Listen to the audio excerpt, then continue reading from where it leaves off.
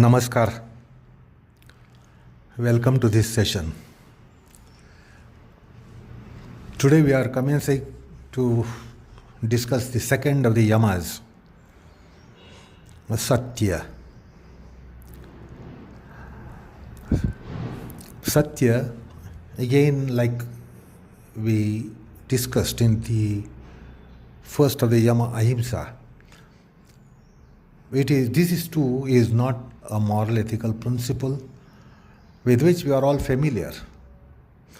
To be practicing Satya is something, it's a advice of the normative sciences and normative philosophies and normative religions.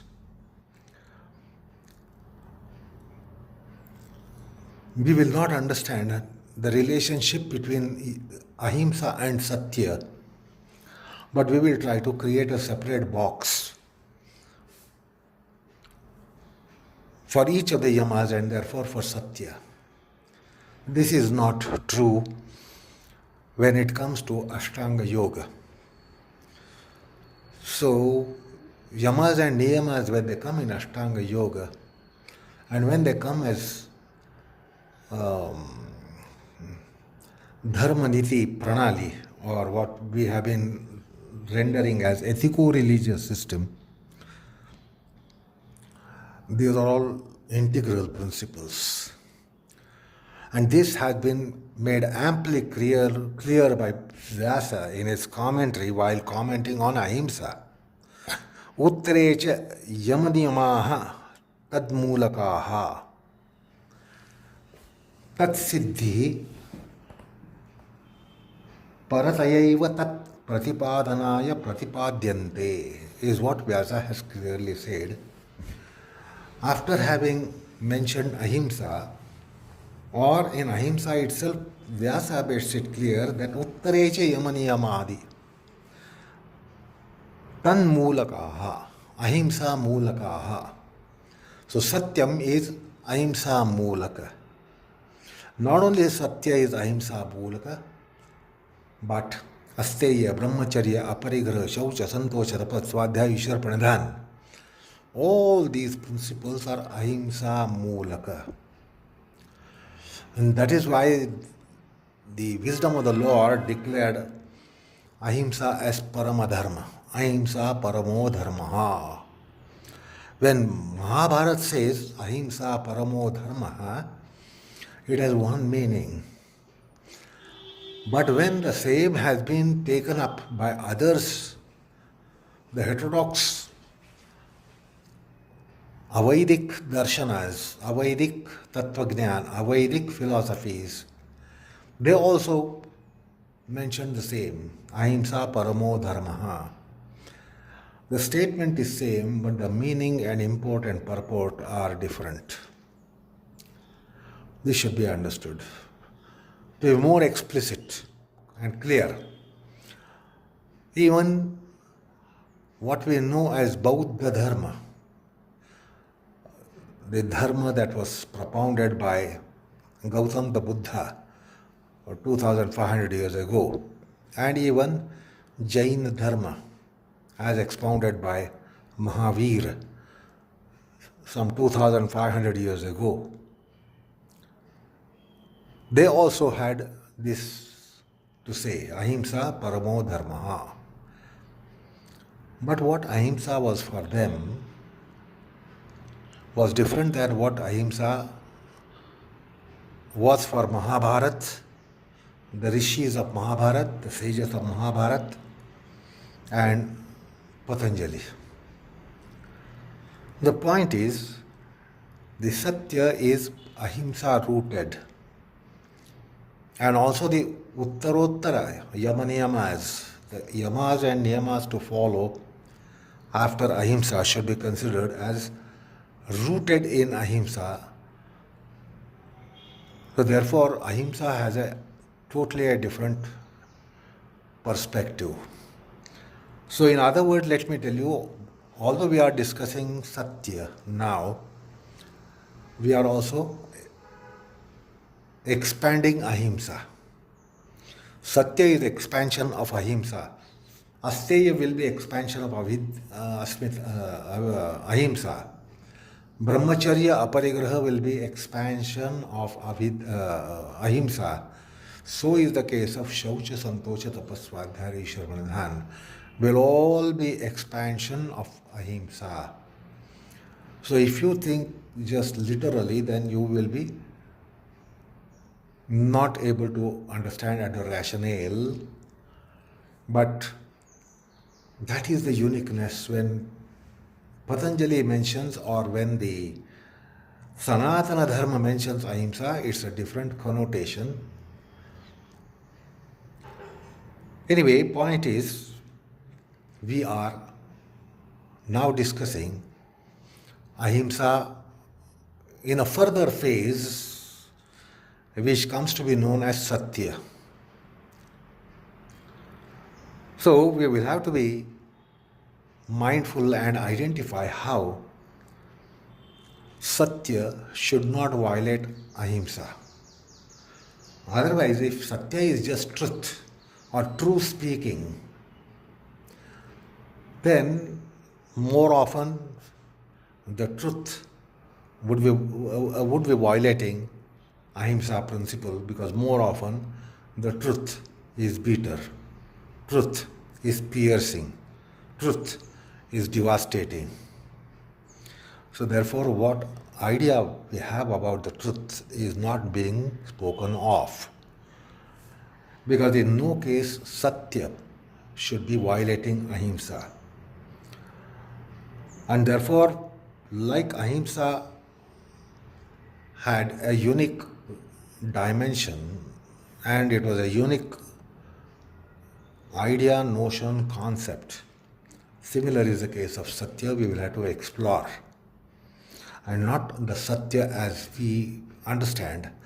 The normative principle is to practice truth, and to be in truth, and to be speaking the truth, and to adhere the truth, and to embrace the truth.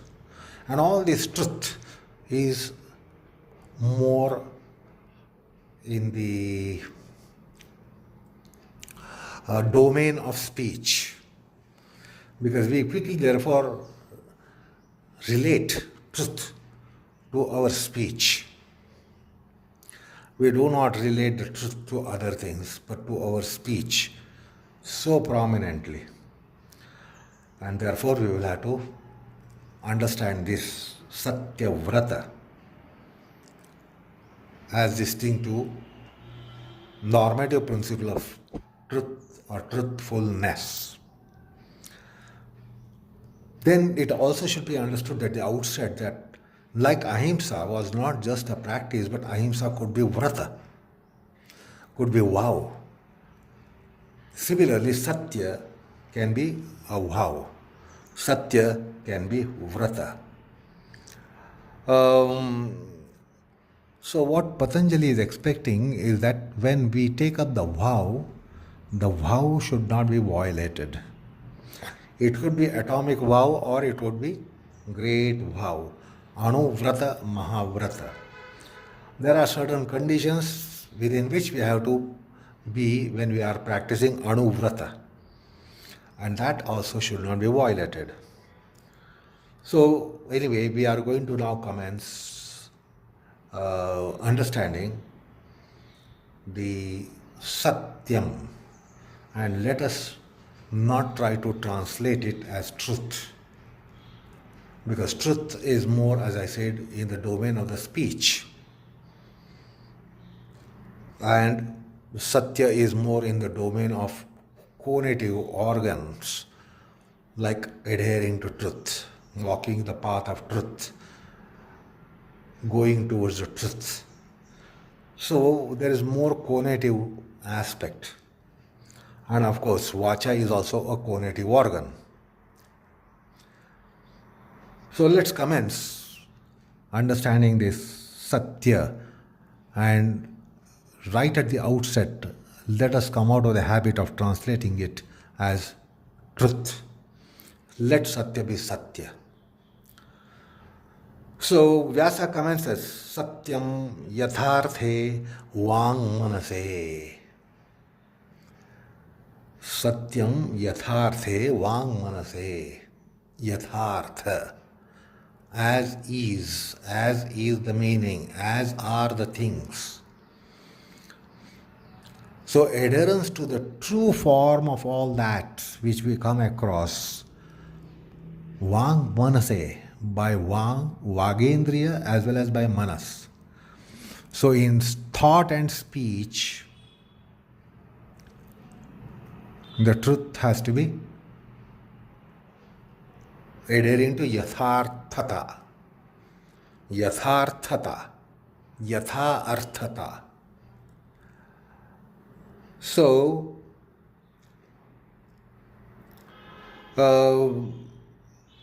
he expands on it. What is that yathartham?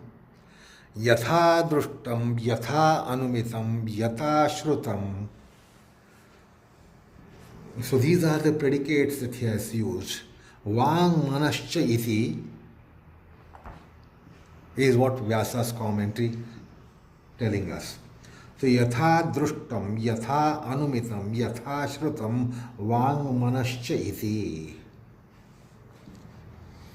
The things are seen as they are, which is possible. The things are heard as they are, which is possible. The things are inferred by thought process, extrapolated by our thinking.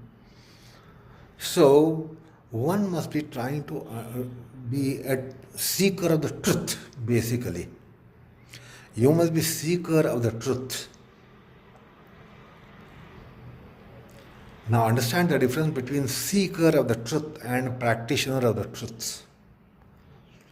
If you are practicing truth, you can't be assured that what you know about something is yathartha.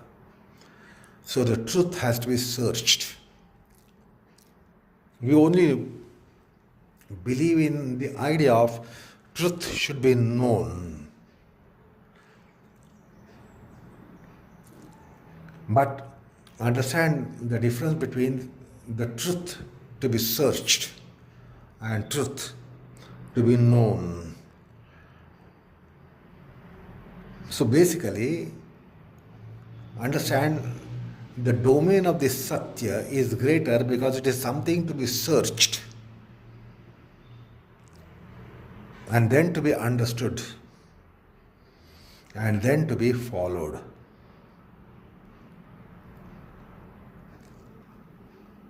So, in Vyasa's opening statement, there's a great amount of things which we must pick up for us to really conceive and construe what is Satya. So basically, Satya has to be searched. You don't find it just like that.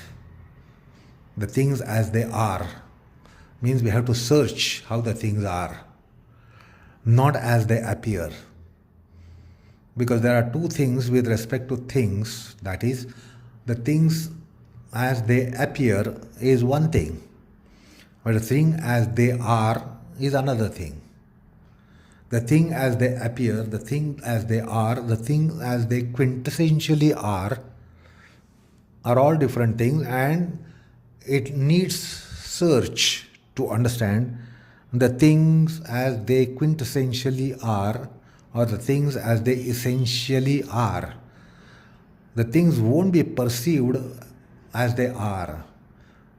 The things in their appearancy form will be perceived as they are. So just going by our perception, which is only of the appearancy form of something, is not truth seeking. It entails that there must be a trust. There must be search. So search has to be searched. The truth has to be searched. Unless it is searched, it is not found. You just can't be keeping your eyes open and you say you are trying to be a truth seeker. You just can't keep your ears open and say that you are truth seeker. You'll only seek as the things appear by sensory process. or cognitive process. That's why the word yatharthata is so important in Vyasa's comment, yatha artham, as the things essentially are, not as appearancely they are. That is yatharthata. So yatharthata is quite a pursuit for one to be really going for attaining it. We don't have to make an effort to really know the things as they apparently are. You just open the eyes and the things appear they are. You open your ears, you come to know the things as they apparently are. So apparently are, that's not the form which needs lot of endeavor, effort, or integrated mind. It just happens to any mind which is perceptive and cognitive. Whereas the Satya has to be searched.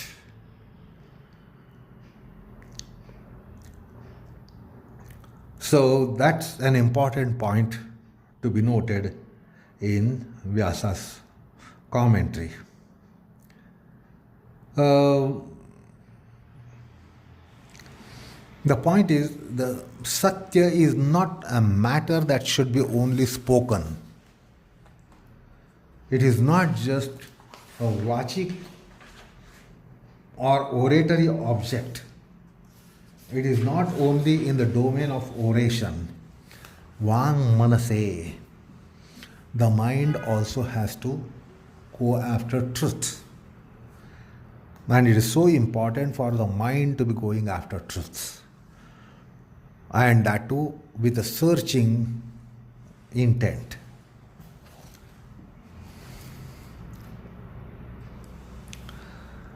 Now, therefore, who really know the truth? The truth is known by seers. Not one who sees, but one who is a seer. Seer means Rishi. Rishi, Muni, exalted human beings. So Rishis and Munis in English are called seers. Seer is not one who sees something. If you see something, it doesn't mean that you are a seer of it. You are not a seer, you have just seen it. So we see the scene, whereas the truth seekers are seers of the truth. So when it comes to oration, Vyasa beautifully explains it in a statement, because we can easily understand how important it is that the oratory organ has a greater role in truth. That is beyond doubt. And that's why we are used to the expression, speak the truth. Truth should be spoken. Truth only should be spoken. So now we are trying to take Satya as truth. Satya as truth. And truth means true speaking. Truth speaking. So you just cannot say that I speak the truth. And after having done that, you can't say I spoke the truth. Merely speaking the truth is not adhering to truth.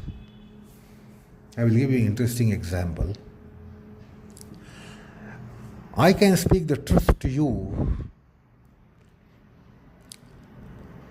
but if I speak the same truth in a language that you don't at all understand, I cannot score merit of having spoken the truth. I speak in an absolutely foreign language. I speak the truth. I don't compromise with truth speaking, but then I make it a point to see that I will speak in a language that you do not at all understand, or you misunderstand. I cannot put the blame on you because you misunderstood or you did not understand.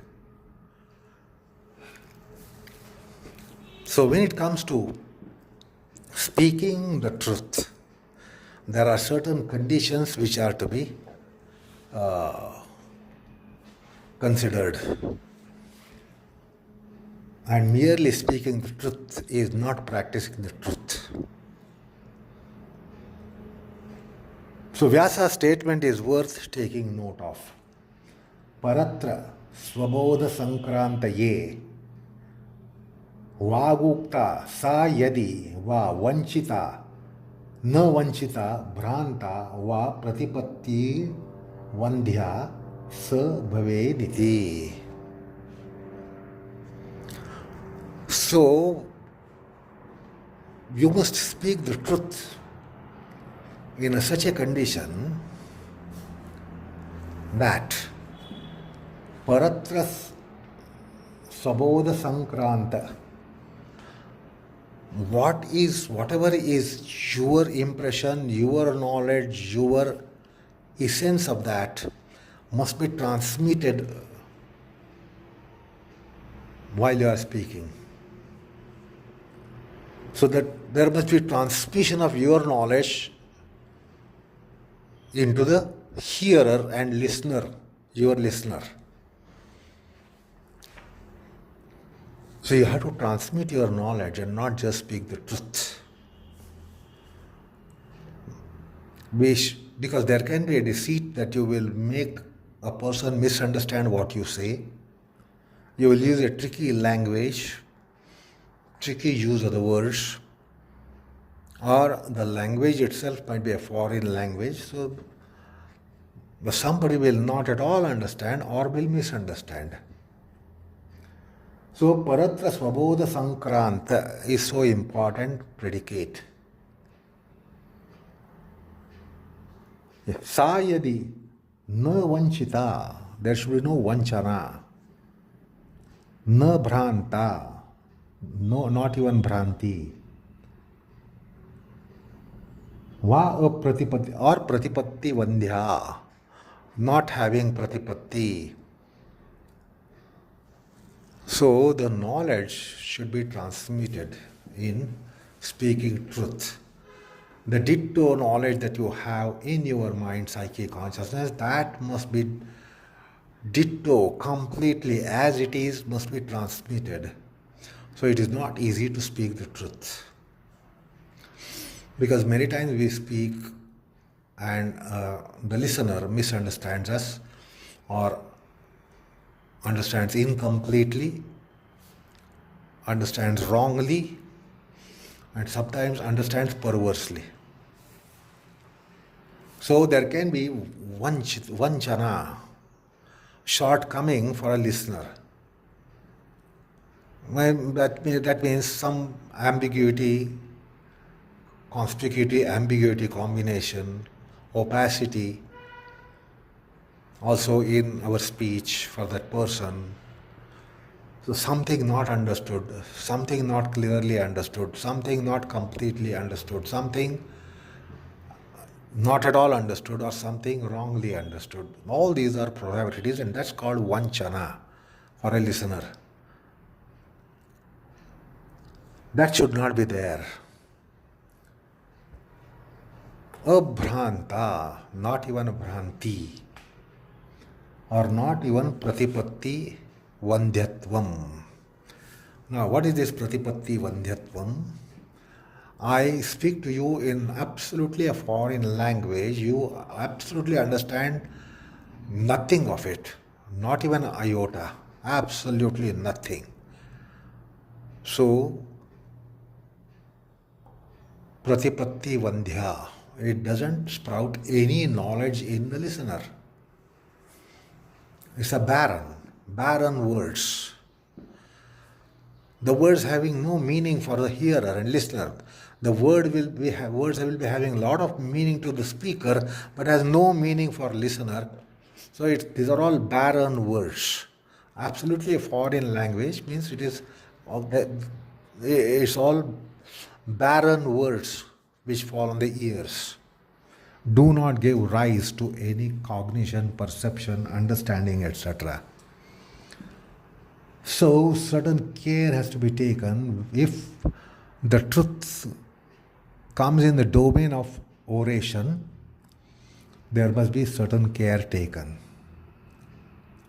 So that's also another important thing which Vyasa makes it clear with regards to transmission, sankramanam, jnana sankramanam, the transmission of knowledge from the speaker to the listener. That should be ditto.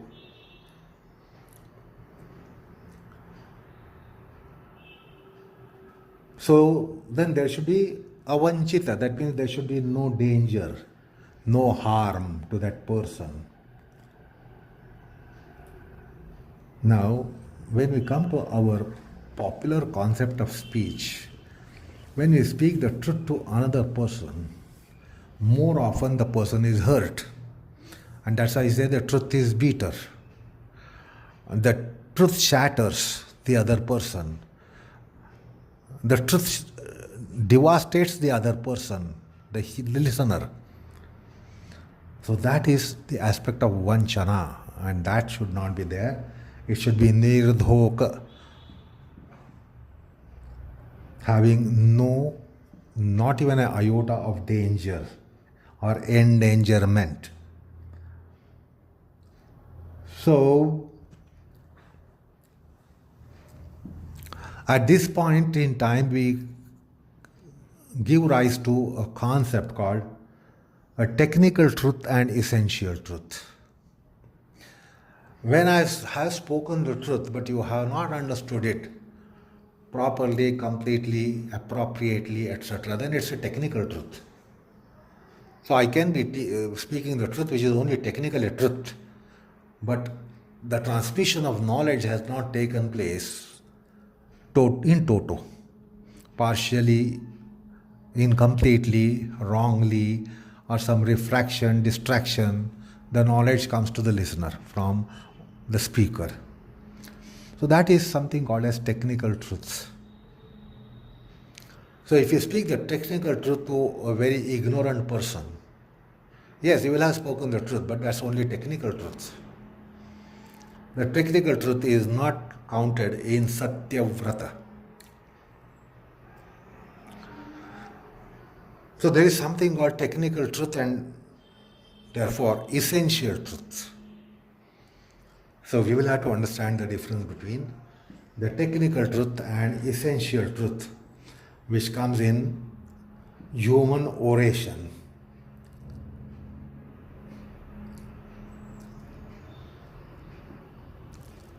The Satya should be completely nirbhranta, not even a spot or iota of bhranti from the speaker. The speaker should not give slightest room for any bhranti. This is what is very clear in Vyasa's comment. About the technical truth, let me give you an example.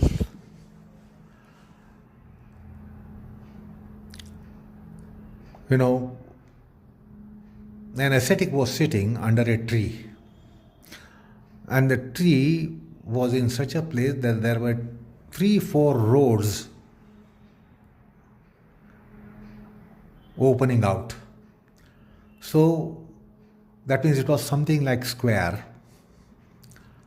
So about there 4 or 5 roads coming to that circle.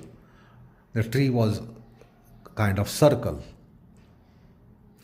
So somebody came running from a road and coming at this circle, he was in little confusion because he was chasing someone. He was chasing a wealthy person. And this ascetic saw a person running with some bag in his hand. And then somebody was chasing who came from little behind. But when came to this circle where there was a tree and ascetic sitting under the tree there, he questioned that ascetic, did you see a person with red clothes, red top with a shawl, running with something, the ascetic immediately understood that this is a robber. He wants to rob the person who has run ahead of him. And now he said, if I divulge the truth, then that person will be caught and would be robbed.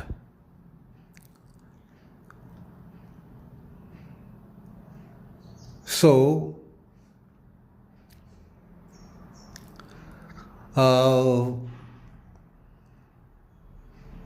if I say that if I misguide this person, the person will be going in some other road. But then I will be speaking the untruth.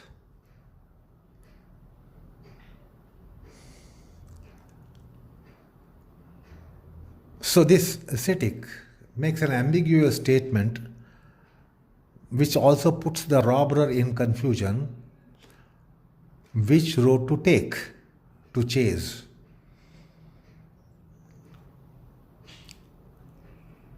Because the ascetic wanted to save the robbed person so that the robber won't be reaching.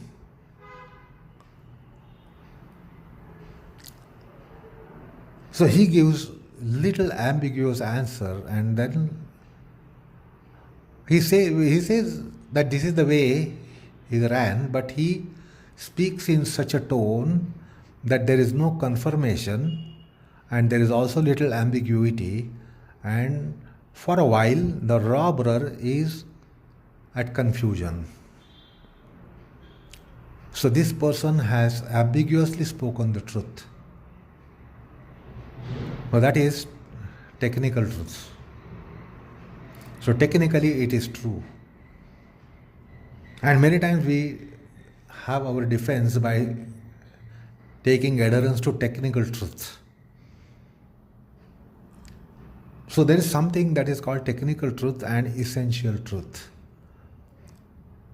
That means it is all depending on transmission, how you transmit your knowledge. The ascetic transmitted the knowledge in a way that this robber would be in confusion, would be confounded, would be doubtful.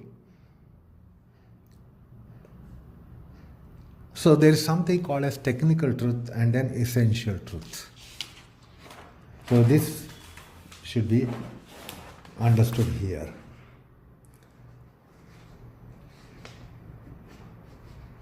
So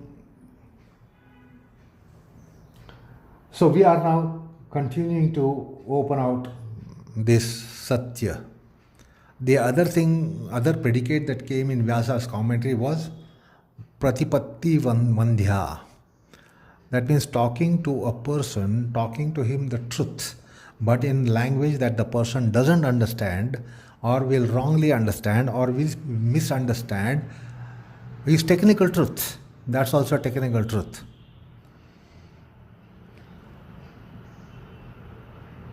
So, about Pratipatti Vadhya, Vachaspati Mishra has to tell us here something which is so vital. Pratipatti Vandhya Yatharthan Prapti Mlecha Bhasha Pratipatti Vandhya Nishprojana Va Syad Iti. Mlecha Bhasha, speaking a foreign language. So you speak the truth, but you speak in a foreign language, incomprehensible language. So that's also a technical truth. So anyway, we have commenced considering the truths. Let us conclude the session by making a final statement for the session today on truth, which is so important, which comes in Vyasa's commentary. Esha sarva bhuta upakarartham pravruttana bhutopaghataya. So Satyam is something like that, which is sarva bhuta upakarartham. No being is hurt. No being is with some paropakara. Sarvabhuta upakarartham, for the well-being, wellness of all the beings. And no bhuta apaghata, and not to harm any being. This is how Satya should be. It is not the case of truth. But in case of Satya, it should be sarvahu bhuta upakarartham and not at all apaghatartham. Bhutopaghataha. That should not happen. Someone harmed, that means you are not in Satya. You might be speaking the truth or you might be in practice of truth by what you do. But if there is something that is harming someone, any being harming, then Satya is violated. And there is no sarvabhuta upakara, Satya is violated. Satya should be always sarvabhuta upakarartha. There must be always a good and merit in Satya. This is not the case of truth. So, this is the Sanatana Dharma Satya. Sarvabhuta upakarartham pravrutta na bhutopaghatayaha. And this is the statement of Vyasa, which really stamps the intrinsic character of Satya. So anyway, we have commenced our journey towards not seeking the truth, but understanding the truth, which is so primary. So with this, we will be ending the today's session. We will proceed on Satya in our following sessions. So namaskar all of you.